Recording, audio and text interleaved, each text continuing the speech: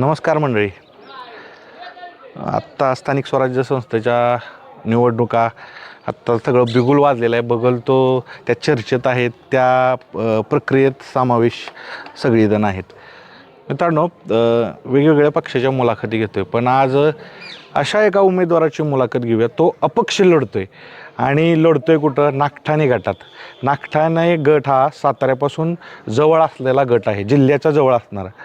तर अपक्ष उमेदवार आहेत, त्यांना विचारूया नक्की अपक्ष लढताना काय काय अडचणी येतात आणि बऱ्याचशा गोष्टी. नमस्कार दादा. नमस्ते. काय नाव काय? माझं नाव नंदकुमार शिवाजी नरवडे नाना.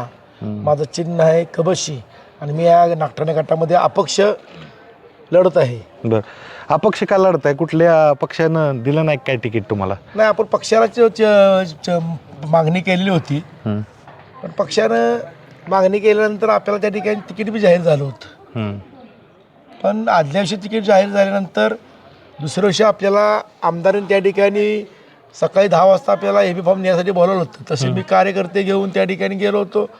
पण त्या ठिकाणी आमदारांचं म्हणणं असं आलं की आपल्याला नाना AB फॉर्म वरून आलाच नाही. वरून म्हणजे कुठून आला नाही, तर त्या ठिकाणी AB फॉर्म सगळे जिल्ह्याचे मंत्री असलेले बाबा महाराज त्यांच्या वशी होतं आणि तो AB फॉर्म दादानी आमदारांनी फोन केला. कोण आमदार? आमदार म्हणून होता गोरपाडे बाबांना फोन केला, पण तो AB फॉर्म त्या ठिकाणी दुसऱ्या उमेदवाराला ज्या ठिकाणी देण्यात आला असं दादांना सांगितलं. मग त्या ठिकाणी आम्ही तिथनं मग दादांना नमस्कार केला, निघून गेलो. आणि नंतर खाली आल्यानंतर कार्यकर्ते माझे त्या ठिकाणी बसलेले होते, काय करायचं. मग त्यावेळेला विचार माहीत झाला सगळ्यांचा की नाना आपण अपक्ष लढायचं. मग जर कार्यकर्त्यांचा जर विचार असेल तर मी ह्या भाजपच्या माध्यमातून या गटामध्ये गावामध्ये बऱ्याच ठिकाणी काम केलं आहे. मला बी विश्वास होता की या ठिकाणी काम केल्यामुळे लोक आपल्याला पाठीशी राहतील. त्यामुळे त्या ठिकाणी मी इच्छा व्यक्त केली, कारण तो अपक्ष फॉर्म भरला. बरं, अपक्ष फॉर्म भरला, पण अपक्ष लढताना कुठल्या कुठल्या समस्या प्रामुख्याने येतात? तुम्ही फिरताय आता प्रचारासाठी, घरोघरी जाताय, पूर्ण गावात फिरताय, कुठल्या समस्या येतात अपक्ष लढत असताना? खऱ्या अर्थानं माझ्यावर अन्याय झाला हे लोकांना त्या ठिकाणी समजलं गेलं. तुमचं तिकीट जाहीर करून सुद्धा त्या ठिकाणी तुम्हाला E फॉर्म दिला नाही, ह्या लोकांना समस्या कळतात. पण लोक जरा बोलतात, ठीक आहे आम्ही नाना तुमच्याबरोबर आहे, पण आम्हाला काय गोष्टी लोकांच्या उघड करता येणार नाहीत, ह्या पद्धतीचा त्या ठिकाणी उठाव त्या ठिकाणी तयार झालेला आहे. आणि काही लोक फुल ताकदीनं त्या ठिकाणी उतरतात. बरं, आता तुमची राजकीय पार्श्वभूमी सांगा. ठीक आहे, अपक्ष उभं राहत आहे, पण ह्याच्या अगोदर राजकीय काय, म्हणजे कुठल्या पक्षात सांगितलं तुम्ही काम केलं, पण कुठली राजकीय आपण निवडणूक लढवली का तुम्ही? मी 15 वर्षापूर्वी या ठिकाणी नागठाणे गणामधून पंचायत समितीची निवडणूक अपक्ष लढली होती अशीच. त्यावेळेला माझा थोड्या अगदी 100 ते 200 मतांनी त्या ठिकाणी पराभव झाला होता. त्यानंतर मी 95 साली भारतीय जनता पार्टीचं तालुकाध्यक्षपद भोगवलं. त्यावेळेला आमचे कैलासवासी उपमुख्यमंत्री गोपीनाथ मुंडे साहेब होते, त्यांच्या विचारावर मी त्या ठिकाणी कार्यकर्ता तयार झालेला आहे. नंतरच्या काळात मला जिल्ह्याचं उपाध्यक्ष युवा मोर्चाचं मिळालं. त्यावेळेलाही भारतीय जनता पार्टीचं मी काम केलं. त्यावेळेला आदरणीय आमचे गडकरी साहेब असतील, त्यांच्याशी माझा सहवास आला. त्यानंतर आमच्या ह्या सातारा तालुक्यातल्या गृहिणी प्रदेशच्या महिला अध्यक्ष माननीय कांताई नरवडे, ह्या बी आमच्या ठिकाणी, माझं नाव नंदकुमार नरवडे असल्यामुळे त्यांचं बी नरवडे असल्यामुळे वाढायचे असल्यामुळं त्यांच्याशी माझं जवळ ह्या पक्षाचं काम करायला भरपूर मला त्या ठिकाणी वाव मिळाला. बरं, आता प्रामुख्याने ह्या गटात जाऊया. नागठाणे गट, जसं सांगितलं प्रस्तावनेत की जिल्ह्याचा, सातारा जिल्ह्याचा जवळचा गट आहे. आता प्रामुख्याने फिरलो तर समस्या कुठल्या आहेत जे वर्षानुवर्ष आहेत? सगळ्यात महत्त्वाची समस्या येते की रस्ता प्रश्न, की वाढ वस्ती आहेत, तिथं रस्ते अजून पोचले नाहीत. जे पोचलेत ते खराब अवस्थेत आहेत, अवस्थेत आहेत. त्याच्यानंतर अजून एक, आणि हा सगळ्यात महत्त्वाचा प्रश्न आहे की जिल्हा परिषदेच्या शाळा ह्यांची अवस्था, एक असेल बांधणीच्या दृष्टीनं आणि एक असेल पटाच्या दृष्टीनं, की गळती लागलेला आहे. आणि जो विद्यार्थी आहे, जो ग्रामीण भागातील जो झेडपी शाळेचा विद्यार्थी आहे, तो बाहेर जातोय, जिल्ह्याच्या ठिकाणी जातोय. आणि सगळ्यात मोठी समस्या आपण म्हणू की बेरोजगारीची. ह्या समस्या आहेत, तर ह्या सोडवण्यासाठी काय तुमच्याकडे काय असं ठोस विजन आहे का? तुम्ही ते म्हटला शाळा, जिल्हा परिषद शाळा हा खऱ्या अर्थानं ह्या ह्याचा जीवनाचा कणा आहे. ज्या वेळेला लहान मुलगा पहिला आपला त्या ठिकाणी जन्मानंतर त्या ठिकाणी अंगणवाडीमध्ये शिकतो, त्याच्यानंतर माडी शाळेमध्ये त्याचं ॲडमिशन होतं आणि त्यातून मुलगा घडतो आणि नंतर मग ते हायस्कूलला जातो. पण अलीकडच्या काळामध्ये खाजगी शाळा या ठिकाणी बऱ्याच शाळा ओपन झाल्यामुळं स्थापना झाल्यानंतर त्याचा कणा ढासळत आला आहे. पण ह्यो कणा खऱ्या अर्थानं आपली मायभूमी मराठी भाषा त्या ठिकाणी त्या मराठी भाषेमध्ये मुलगा घडला पाहिजे. नंतरच्या काळात जसं जसं आज इंग्रजी माध्यमाचं सुद्धा गरज आहे, कारण आजचं युग त्या पद्धतीनं पुढं चाललेलं आहे आणि आपला मुलगा त्या गोष्टीनं इंग्रजी माध्यमातून सुद्धा शिकला पाहिजे, पण तो मराठी शाळेमध्ये शिकला पाहिजे. त्यासाठी झेडपीच्या माध्यमातून तिथं इंग्लिश शिकणारे शिक्षक असतील, शिकवणारे असतील, ह्या गोष्टीचा त्या ठिकाणी एक मोठा प्रभाव, चांगला शिक्षक त्या ठिकाणी प्रशासनाने त्या ठिकाणी त्याचं प्राबल्य केला पाहिजे. जर तुम्ही DEDचा शिक्षक त्या ठिकाणी इंग्लिश शिकवायला लागला तर ती मुलांना पटवून देताना अडचण येते. त्यासाठी शासनाने कायदे केले, आवाज उठवला पाहिजे. त्यासाठी मी एक धडपड करणार आहे की तिथं मुलांचं भवितव्य झेडपी शाळेमध्ये कुठलं पाहिजे आणि झेडपी शाळा ही आपली कणा आहे, तो कणा आपल्या ठिकाणी त्या ठिकाणी जिवंत राहायला पाहिजे, ह्यासाठी प्रयत्न करणार आहे. आता या समस्या झाल्या, समस्या कशा सोडवणार हे आपण चर्चा करतोय. पण तुम्हाला काय वैयक्तिक गोष्टी करायच्यात, निवडून आलं तर मला ह्या गोष्टी प्रामुख्याने करायच्यात, अशा कुठल्या गोष्टी आहेत?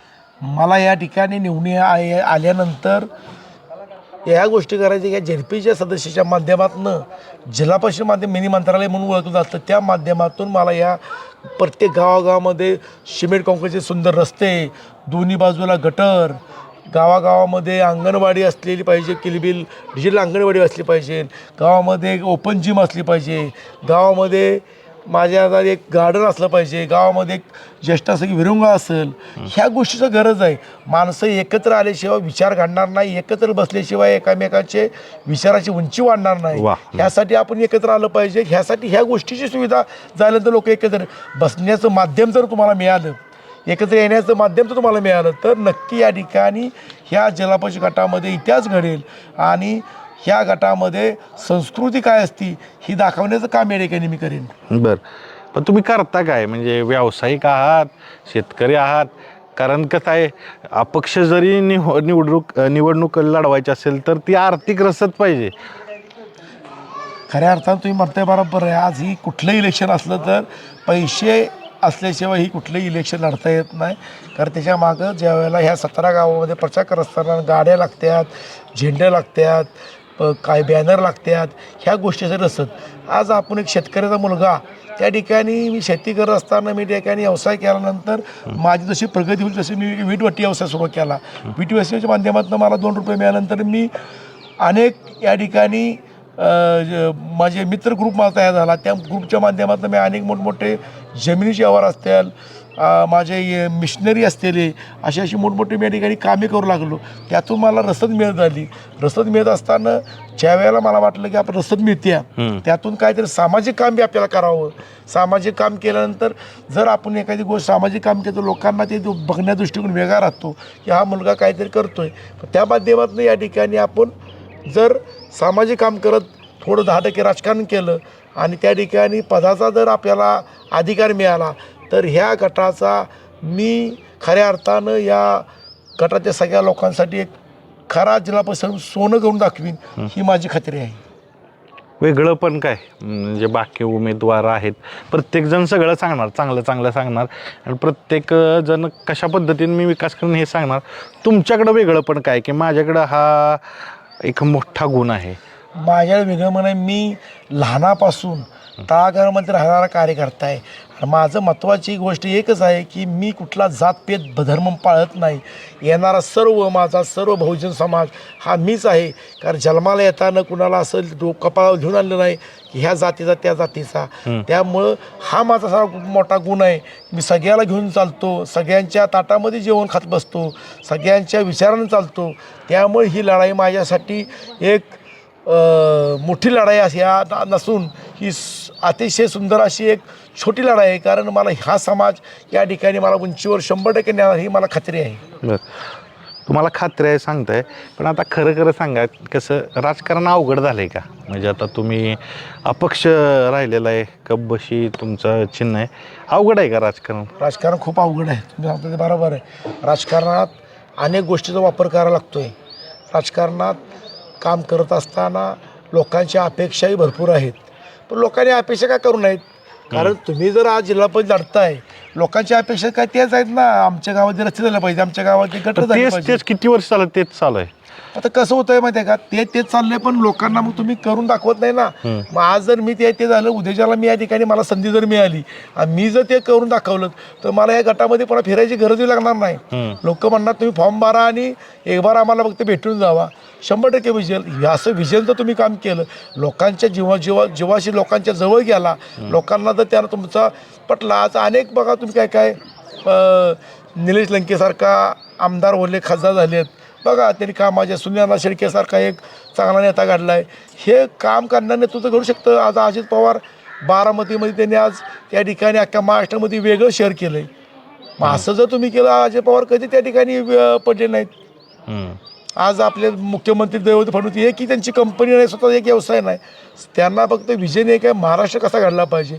अशा विषयाचे लोक तिथं आले 100% या ठिकाणी घडेल. पण लोक मतदान करतात का? तुम्ही एकदा उभं राहिलाय, हो करतात का लोक विकासाला का पैशाला करतात? नाही, लोक आता ह्या ठिकाणची आता जी परिस्थिती ह्या मतदारसंघाची आहे की आताचं इलेक्शन ही युवा बूथने त्या ठिकाणी हातात घेतलेला आहे. आणि त्यावेळेला आमचा जो आत्ताचा जो ज्येष्ठ असलेली आमचे वडील असतील, आमचे थोर बंधू असतील, ह्यांना सुद्धा ह्या ठिकाणी राजकारण समाजकारण काय कळालं आहे, कोण कामाचा कोण धामाचा, ह्या पद्धतीनं आता त्या ठिकाणी विचाराची संधी झाली आहे. आणि कामाच्या माणसाला संधी देणार ही या गटामध्ये एक इतिहास होणार आहे की जो काम करतोय त्यालाच मी काम करतोय म्हणून माझ्या पाठीशी क्षमता आहे आणि मी काम करून तो दाखवणारच ही त्यांना विश्वास आहे. त्यामुळे ह्या येत्या काळात 9 तारखेला आपल्याला दिसून येईल की काम करणाऱ्या माणसाला संधी मिळते आणि जो काम करत नाही, तिकीट तिथं बसून आमदारांच्या जवळ राहून इकडे घेतो, त्याला लोक नाकारतात, ही जनता दाखवून देईल ह्याची मला खात्री आहे. बरं, तुम्ही जे व्हिडिओत सांगितले त्या गोष्टी नक्की करा ना. आपण त्यांची परत एकदा मुलाखती घेऊ, ज्या गोष्टी बोललेत ते झालेत का? तर शुभेच्छा तुम्हाला.